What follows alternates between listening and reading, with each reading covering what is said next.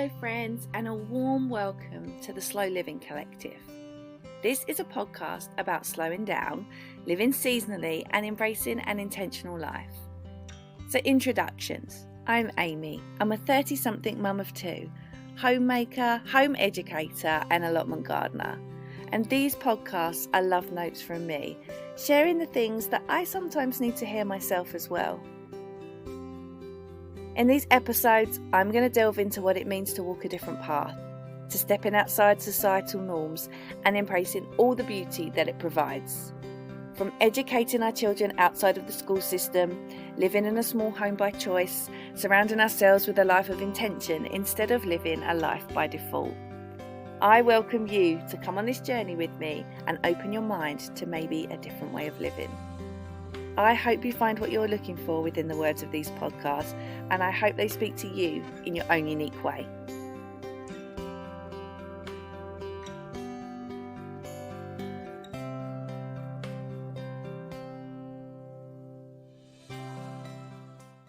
Hello friends, and welcome back to the Slow Living Collective. Today I want to dive into something I guess a little heavy, and it's kind of related to a podcast that Talia and I have just recorded for our Slow the Heck Down podcast.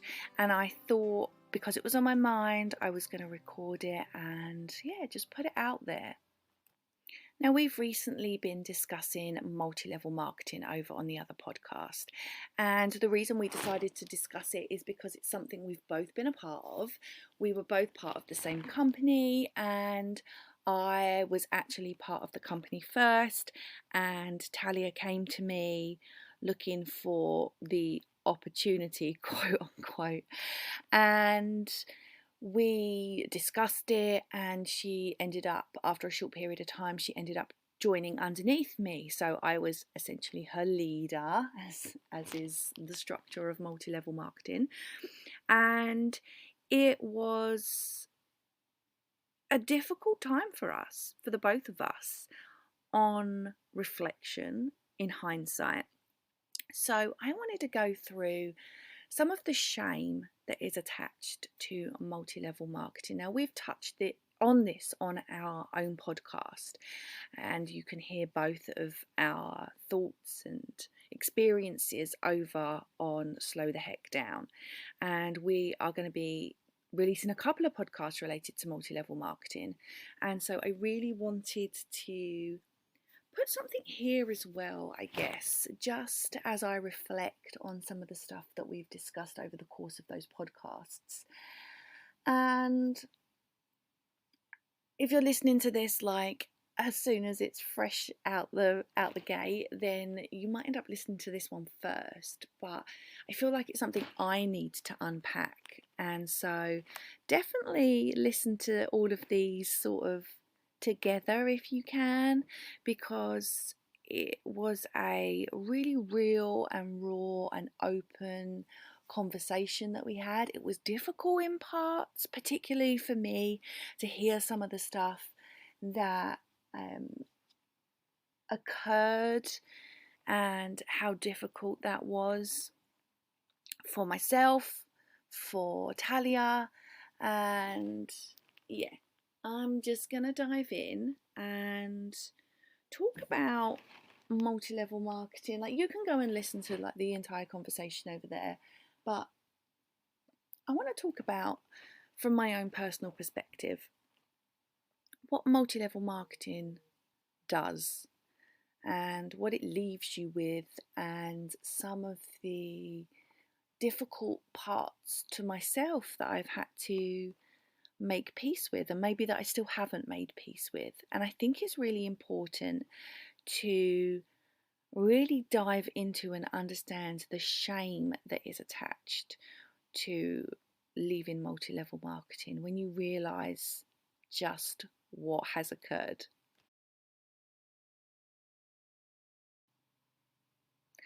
So I want to start at the beginning and give you just a brief overview in case you haven't heard our other podcast or they're not out yet. We were both part of a multi-level marketing company, a health and wellness company, and we both joined within a couple of years of each other. I can't really remember the dates, but I joined first. I reached out to somebody I saw posting on Instagram, and saw that she was having this wonderful life. It looked so much fun. She was earning all these bonuses and all this money for her family, and I was at a time in my life where I really needed the extra money. I mean, that's kind of how lots of people end up in multi-level marketing, if I'm honest, because they feel like they need this extra income, and it's really common. And I actually feel like in today's society, here in the UK, things are very shaky financially, and I worry that more people are going to fall prey to multi-level marketing. And it's one of the things that myself and Talia really wanted to address, is that when we speak out about our experience, it's because we want to prevent others for having to go through some of the things that we went through, because it was really difficult. Multi-level marketing can be easily compared to a cult. They are referred to as commercial cults. And the thing about cults is that you don't realize that you are part of it, that it is cult-like, until you're well on the other side of it. And it takes a lot of unpacking, a lot of difficult, real and raw conversations. And mine and Talia's conversation on our Slow the Heck Down podcast, like I said, was so difficult. It was so hard to hear some of the things that we experienced together, that I experienced from Talia, that Talia experienced from me, and it was really hard to hear. But I want to put it out there that when you are part of a multi-level marketing company, you are a product of the system that has been created, and you are essentially trained by the person above you, and it is this cycle of cult that doesn't even sound like a proper sentence, but it's this cycle of like cult like qualities, and it is really difficult to hear and really difficult to unpack that you have been part of that, because it's really hard to actually understand how difficult it's been, but also how you fell for it, because there is such a huge element of mind control. And you might be sitting there, if you've never been in multi-level marketing, and thinking like, well, surely you would know if something was amiss. And you would think so, right? But these things, they're so subtle, and it's only when you look back do you realize, like, oh my goodness, like, how did I get there? I've always really shied away from the term that is commonly used, which is multi-level marketing PTSD, because I would always think like, PTSD is a disorder that I don't want to associate with, because there are people that have PTSD from very real situations, and it's that comparison thing, isn't it? That you often think like, well, I don't have it as bad as this person, so I don't get to sort of acknowledge or associate with that thing. But to some extent, there really is an element of this post-traumatic stress disorder attached to multi-level marketing, especially if you've been in a while, which both Talia and I were. I was in for longer than her. And when you realise that you have essentially been part of a cult, you have to really work hard to unpack that. But also the shame that comes with that is really, really difficult. And so some of you guys who are listening who weren't around during the time that I did multi-level marketing, I hope that you understand that I'm not that person anymore, and I wasn't that person before either, and that it was a product of a system designed to alter who I was in order to, I, I guess, in order to fulfill the goals of the company and the system and the pyramid. But that doesn't make it any less difficult to unpack, and it doesn't make me any less sorry for the things that I did. Although a lot of this is undue influence, it's a huge part of it. And being in a cult, acting in a way that you wouldn't normally act in, and like I've already said, it's a product of how you're trained, and you train the next person, and they train the next person, and the next person, and the next person, and these teams exist. They don't even realize they're doing it either. They don't realize that they're doing it, and it's awful. And that's why it's very difficult to reach people who are in cults, for a start, but to be able to reach people who are deep in network marketing, multi-level marketing. If somebody came to me while I was in multi-level marketing and said, hey, you're in a cult, I'd be like, dude, you're just a hater, because that's what I was told to believe, that these people just are unsupportive, because you're doing something that's beyond what normal people do. And that's correct, right? It is beyond what normal people should do. But these things, they're so subtle, and they slowly get you in. It's horrifying. It is horrifying. And that's why people who are in multi-level marketing will say to you, or believe that, my multi-level marketing company is different. It's not like that here. And like some of the things that people who've been in multi-level marketing discuss on the other side, the cult-like stuff, it sounds very extreme, but actually when you're in it, so subtle, so subtle that you don't even realize. And yeah, it was, like I said, a really difficult conversation. So I want to sort of delve into the discussions on the shame you feel on the other side. For me, where I am now, I'm 4 years post multi-level marketing. And I would say on the whole, I have made my peace with the situation. The conversation Talia and I had was difficult to go back to, because we've repaired our friendship in many ways since. But there was a lot of difficult discussion, and she's just one person that I worked with. And it's funny, because I would say the undue influence, the cult-like stuff that I became accustomed to and to some extent part of, was minor.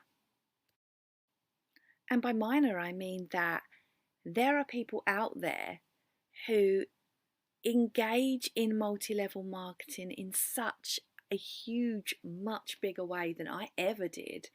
And the trail of shame and really unpleasantness that followed in my wake was enough to be traumatic for myself, enough to be traumatic for Talia. And like I said, we both engaged in things that we are not proud of.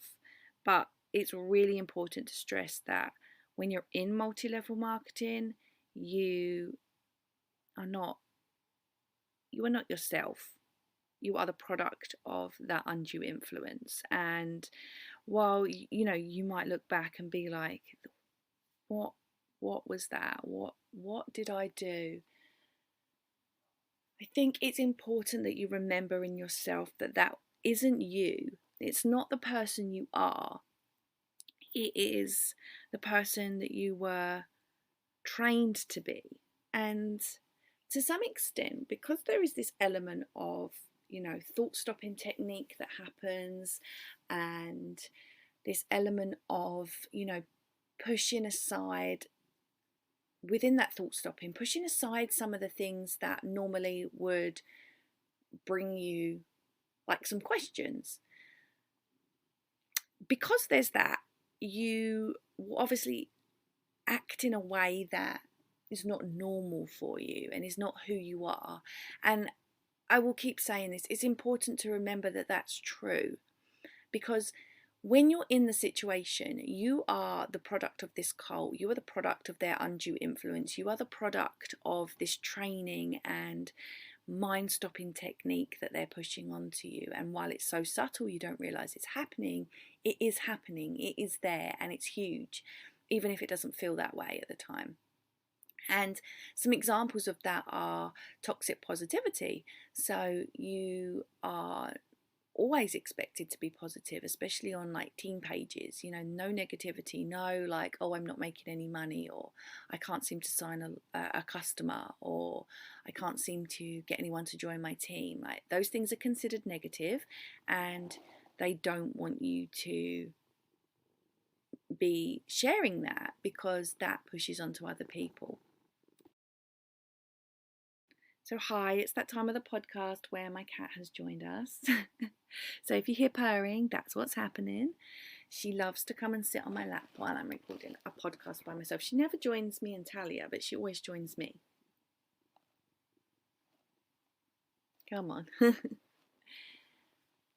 So another sort of, I guess, example of these thought stopping techniques as well comes, like I said, in the toxic positivity, but it also teaches you, although you don't realize it, I'll keep reiterating that, it teaches you to, you know, block out anything that isn't positive towards you and your business. And that includes as far down as, you know, if people don't support you, then, you know, you should be, you know, blocking them out. And that's awful.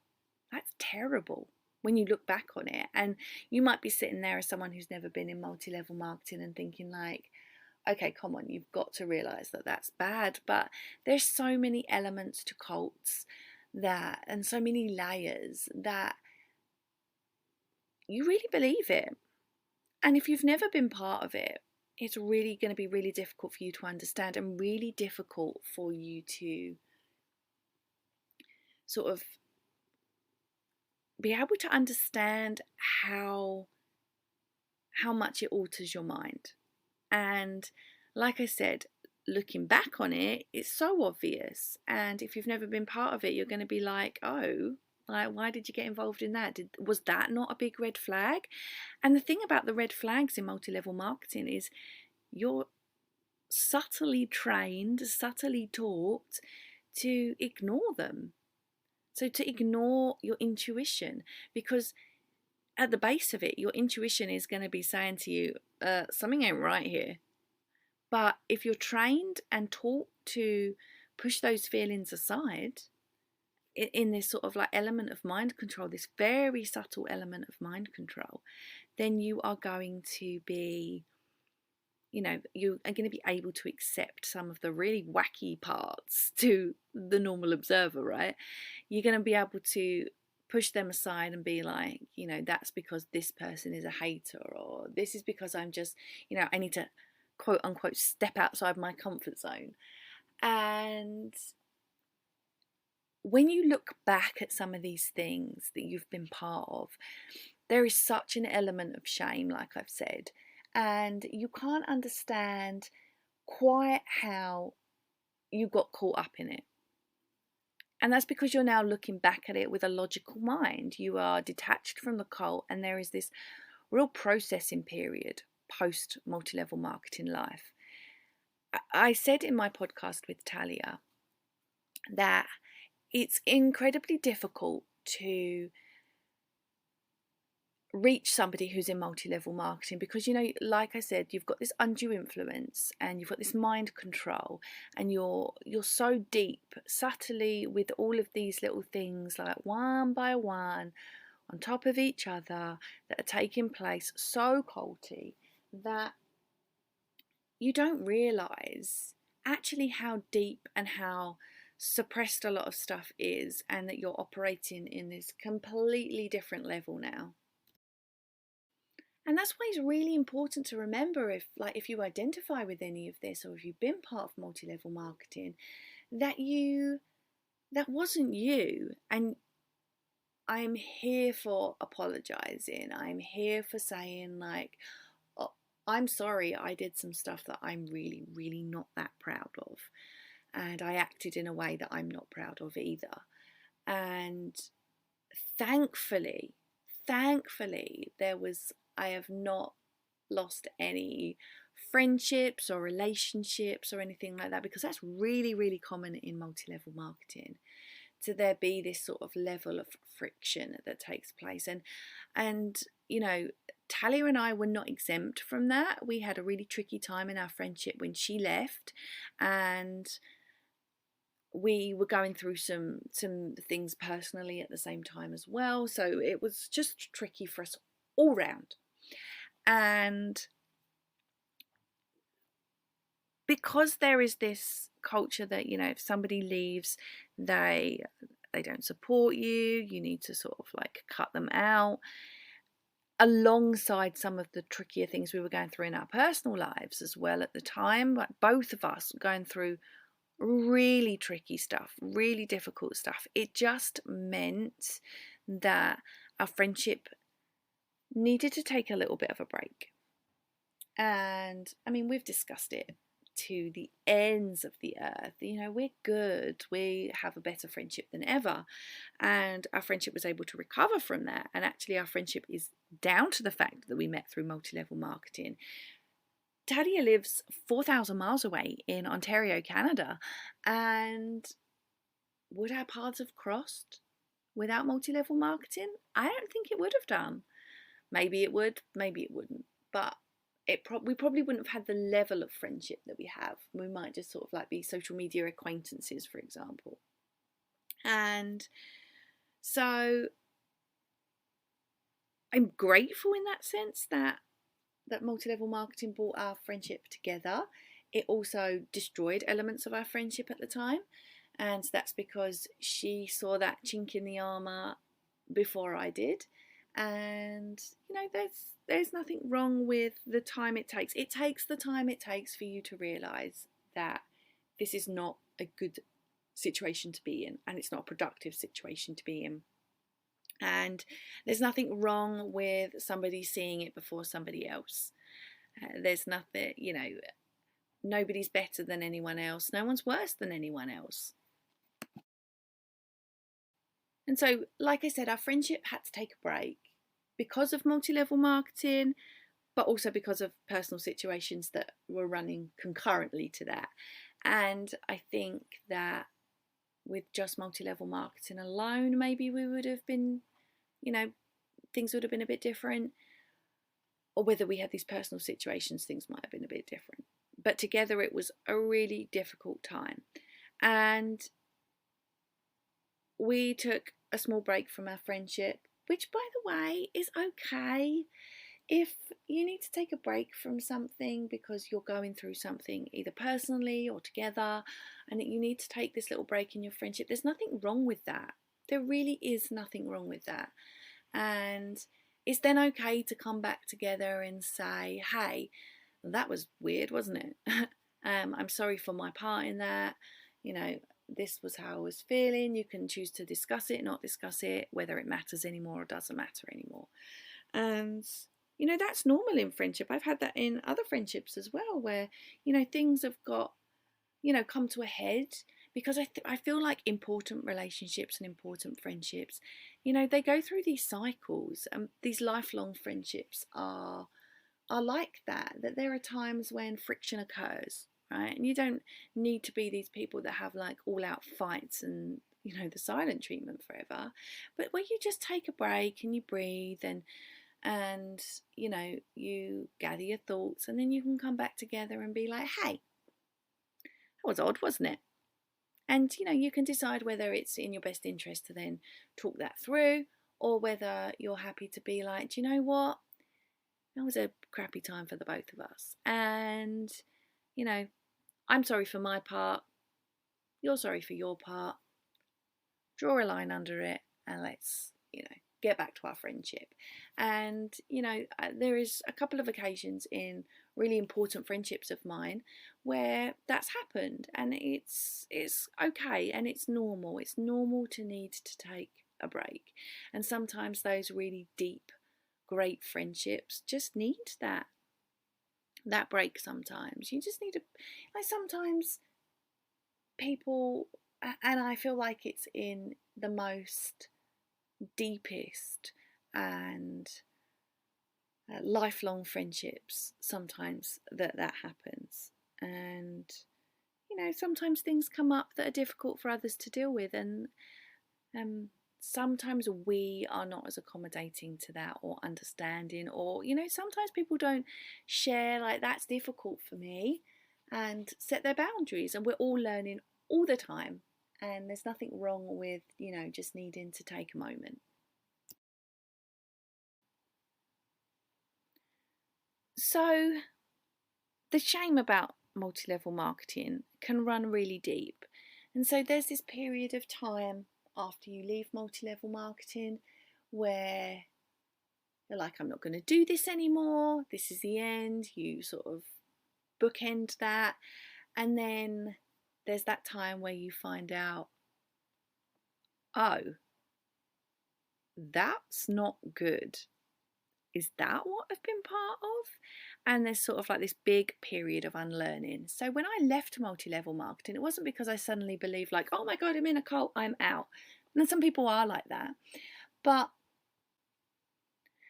and for me personally, my, these episodes, my podcast, my blog, everything I share is always from my experience and my perspective. So, it's going to be different for everyone. That when I left multi-level marketing, it was because I was like, this doesn't feel like it fits me anymore. There's a few little things that I'm just not happy with. I share in more depth on Slow the Heck Down podcast. But, a lot of that was relating to sort of like the birth of my daughter. She'd recently been born, and, it was a couple of weeks after she was born that some of the higher up leaders, like at the top of our team, were telling me that I needed to be passing my daughter to my husband to work. I needed to get out of my own way. That's a common quote in multi-level marketing: get out of your own way. And I was like, I've got this brand new baby, and I hadn't done any work up until that point. And thankfully I never did, because it's not the way I wanted to raise my children, pass my children to my husband so I could work for this company that you essentially have to sell your soul to. And I was not going to be a part of that. And that's when I was like, this doesn't feel right to me. However, it wasn't at that point where I was like, this sounds a bit culty. It was like, this isn't right for me. I want to enjoy my child. I don't want to be forced to work when I'm 3 weeks postpartum. I don't want to not spend that time with my child. Like, this is the only time I'm going to get with my child, right? She's always, I don't want to look back and feel like, gosh, I spent all my time with her doing something else. I spent all my time working for this company. And so that was my decision to quit. But that wasn't when I realised that it was part of a cult. Now, once I'd quit and once I'd made that decision, I decided that I would look into the experiences of others of multi-level marketing, because there was a few things that I felt a little troubled by as I reflected on it. And that's when I came across a lot of sort of anti-MLM content and people who had sort of transitioned out of multi-level marketing, and some of the science-based evidence on how much they are like a cult. And so it was like this chink in the armor where I decided I'm going to leave because this doesn't feel like it's for me anymore. And then it moved on to, I'm going to sort of find out other people's experiences, because that was a little weird, right? To finding out like, oh my gosh, this was a cult. And I'm pretty certain you cannot see that when you're in it. I couldn't see it. And it's only on the other side when you're like, whoa, like this is worrying. And that's why I think people who discuss sort of like anti-MLM stuff are always called by people in multi-level marketing like haters, people who weren't successful, people who just didn't work hard enough. And it's just not the case. I mean, the statistics say that 99.6% of people in multi-level marketing do not make a penny, and some actually lose money. And it's those things that are pushed aside from you when you're in multi-level marketing. And when you're in it, you're told anybody like me who speaks out about it is a hater, somebody who wasn't successful, is miserable in their own lives. Because why would you want to talk about, like, why would you want to bring down someone else and what they're doing? It's such a waste of your time. But it's not a waste of your time, because if you have a story, if you have an experience and it's something that you're willing to share, then it's not a waste of time. I consider sharing about multi-level marketing as a really, really important part of who I am now. Because if I can offer this insight and I can stop at least one person from joining and going through the things that I did, and all of the shame that is attached to that, then that's good, right? I don't want somebody to have to go through these things, because, we all have questions before we join multi-level marketing. And a lot of the recruitment process is the initials of that thought stopping technique. Push those things aside, just jump in and don't think about it. And it starts there, it starts in the recruitment process, and it's there the whole time you're in multi-level marketing. Now, of course, there is that 0.4% who are successful, of course, but they are successful on the back of the 99.6% who aren't successful. And those 0.4%, I'm fairly certain they know exactly what they're doing. They know that for them to see success, everybody underneath them is not. And that's problematic. Now, I'm in the 99.6%, and I can look back at my time in multi-level marketing and be like, I didn't engage in a lot of the really problematic stuff. And so I'm pleased about that.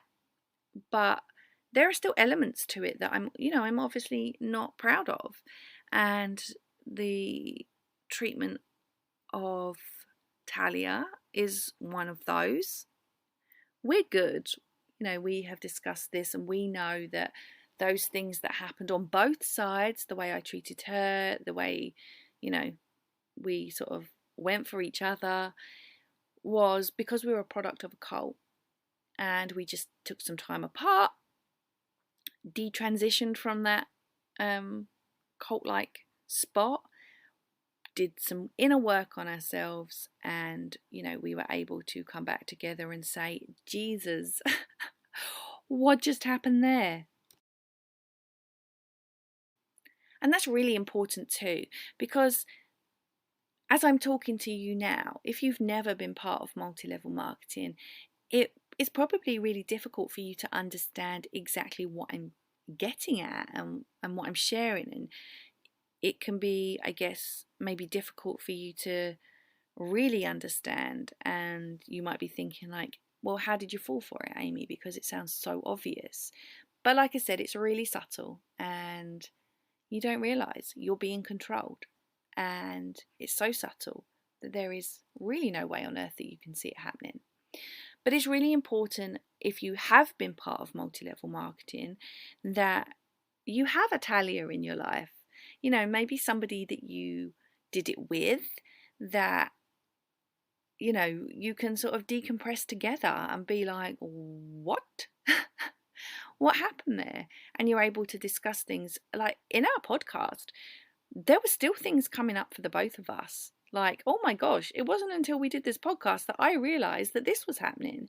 And so it is important because it's a little bit of a quote unquote journey when you come out the other side. And it's a lot of unpacking and sort of decompressing and unlearning some of the stuff that has been pushed on you for a couple of years. And, you know, I think that Talia and I, well, I don't want to speak for her, but certainly for myself, I am at a place where I feel good and I feel that I've unlearned everything that multi-level marketing pushed into my brain. And it's a cult and it takes a while. Like I said, I'm 4 years out now and it's taken a long time. And sometimes there are still things that pull me up, less these days, but sometimes there are still things that pull me up and I've been like, is that because of multi-level marketing? And I think it's really important to give grace to people who have been in multi-level marketing. And I know how frustrating it is to see people in multi-level marketing. There are people that I know of that are in multi-level marketing. I see people every day still falling for it. You know, I need to earn a little bit of an extra income. And, you know, they fall prey to one of these companies, you know, whether it's selling essential oils, candles, wax melts, what are the other things that are done? Perfumes is a big one, health and wellness products, skincare. You know, I think it's really important that we understand the depth of these things. You know, they're everywhere. And in a time when it's financially difficult, you know, people are looking for extra ways to earn extra money. And, you know, I know a lot of people say, well, if it sounds too good to be true, it probably is. And I want to ask you, if you've not been part of network marketing, to just do something for me.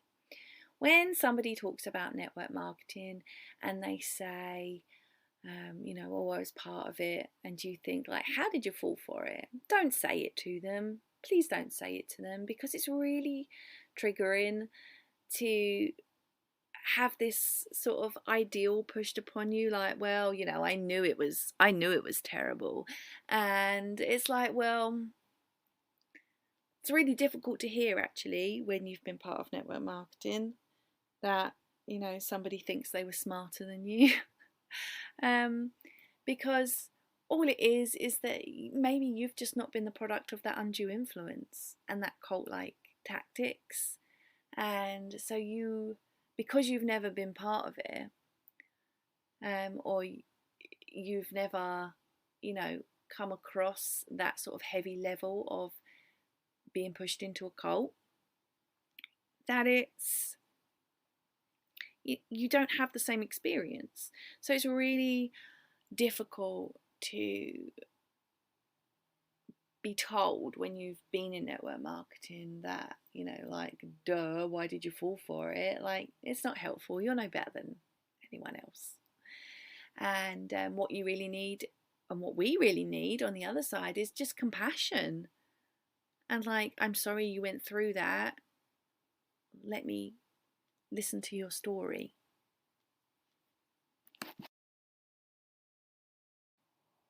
If you've been in network marketing, I want to speak to you. The times in network marketing, the things you've been through, they are tough. They are really hard. They are difficult to decompress and unlearn. Some of the things you took part in, maybe you don't feel so good about. Maybe some of the things that you fell for, you don't feel so good about. And maybe there are things that you regret. Maybe there are things that bring you a lot of shame. But I want to say this to you. You were the product of a system that infiltrated you, that controlled your mind, that subtly drew you into a cult. It's not your fault. You didn't fall for it as many people would say, you were the product of this undue influence, of these cult-like tactics. And it can be you, it can be me, it could be anyone. Anyone can fall for it. The fact that people still fall for it now, people that have avoided multi-level marketing to this point, just shows you that when the undue influence is right, anyone can fall for it. And so I just want to say to you that you are the product of that system. You didn't do anything wrong, in a sense. You know, you might have a lot of shame about the way you acted, but you were part of a cult. You were part of a commercial cult, and your actions do not reflect who you are as a person.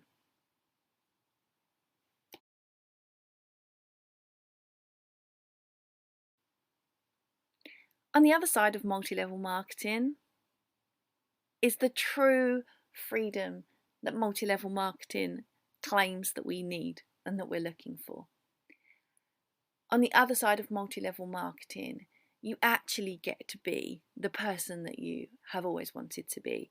You get to find that time freedom. You get to find that potential financial freedom if that's what you were looking for.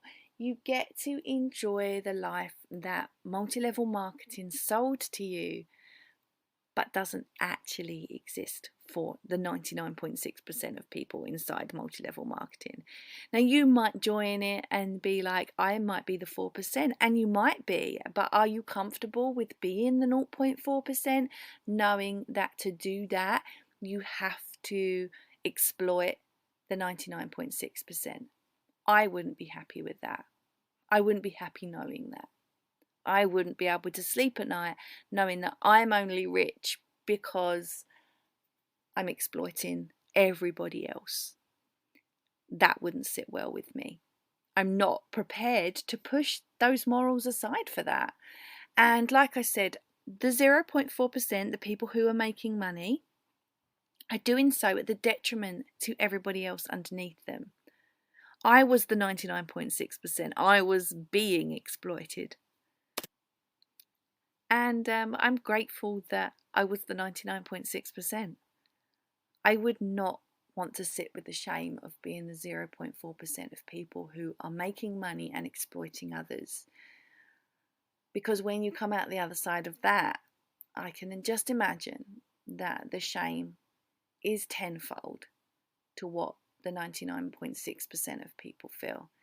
So I think it's really common to feel shame and embarrassment that you were part of this thing where you didn't make money, or maybe you even lost money.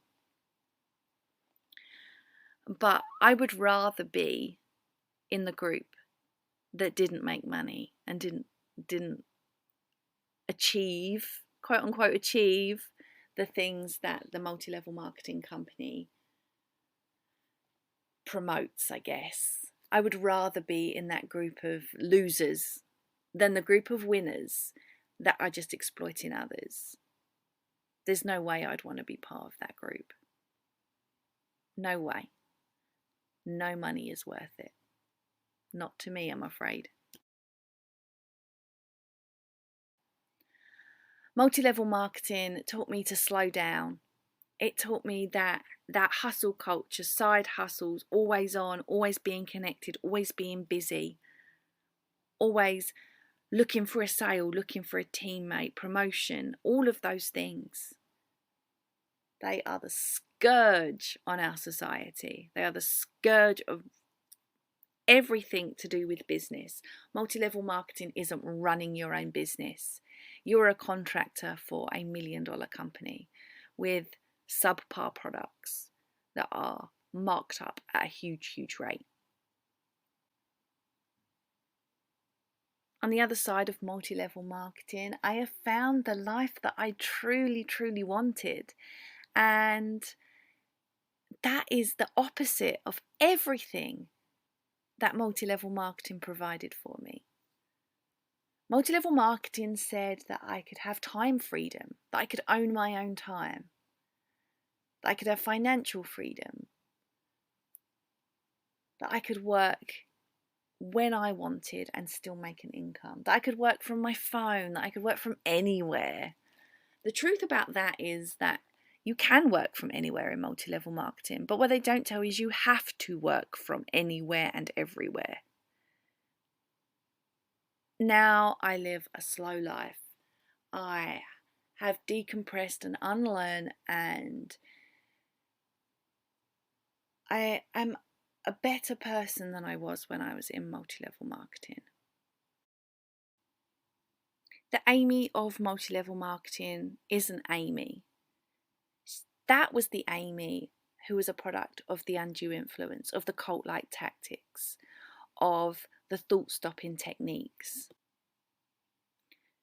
She was the product of the group indoctrination, of trying to get rid of this sort of individualistic thinking and encourage this sort of groupthink philosophy. She was the product of this us versus them doctrine. She was the product where she was taught to not use her critical thinking, of toxic positivity. She was the product of a system where the problems that happen inside multi-level marketing are always your fault and never anything else. She's the product of feeling unworthy, of feeling shame.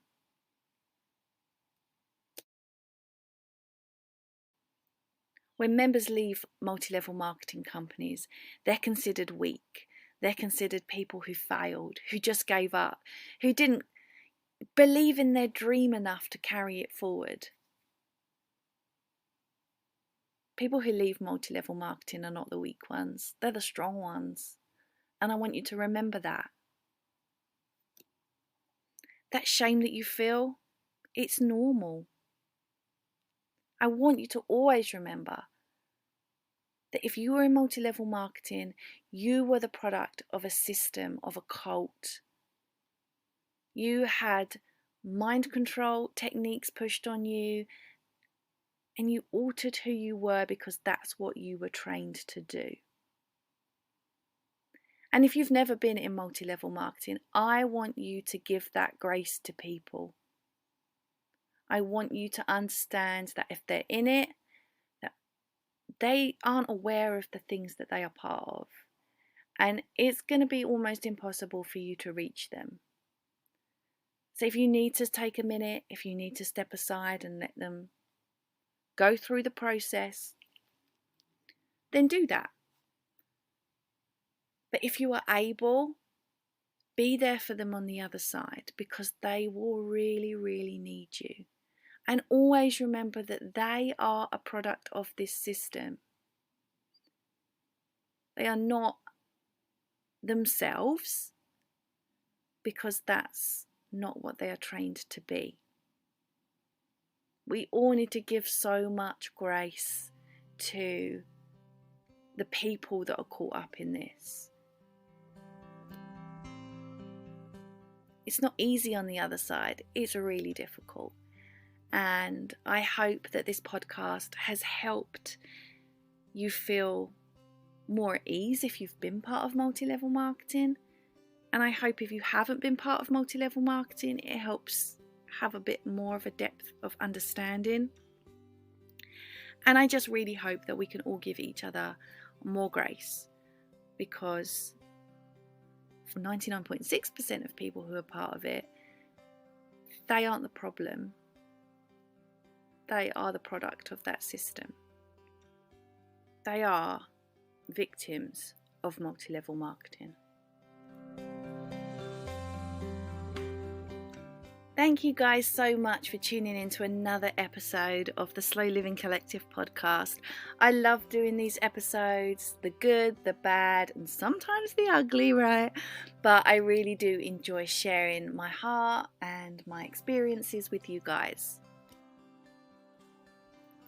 If you enjoy these episodes, I would love if you could leave me a rating and a review. These things are so important to podcasters, and it would mean the absolute world to me. I talk about everything I talk about here right over on my Instagram page. So I would love to see you over there. Follow me there at Life on Plot 44. And yeah, just come along and join my journey. Like I say, I talk about the good, the bad, and the sometimes ugly. And I would love to connect with you. Community is so important to me. Thank you again so much for listening to this episode, and I will catch you in the next one.